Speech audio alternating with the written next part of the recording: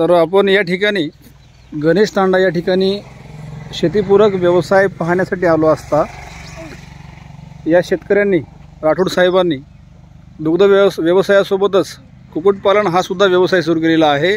आणि यांच्या या कुक्कुट व्यवसायामध्ये कुक्कुटपालनाच्या ठिकाणी जवळपास 250 ते 300 कोंबड्या आहेत, ते पण गावरानी। आणि आपल्याला माहीत आहे की गावरानी कोंबड्यांना बाजारामध्ये चांगला भाव मिळतो, त्याबरोबरच कोंबड्या व त्यांची अंडी यांनासुद्धा बाजारपेठेमध्ये चांगल्या प्रकारची मागणी असते। आणि अशा प्रकारे या व्यवसायाच्या माध्यमातून शेतकऱ्यांना चांगल्या प्रकारचं आर्थिक नफा जो आहे तो मिळत असतो।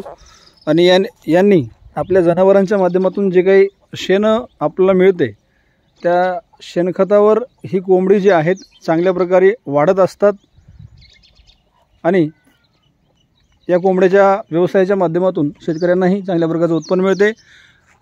आणि या ठिकाणी आपण अशा प्रकारे हा व्यवसाय पाहिलेला आहे।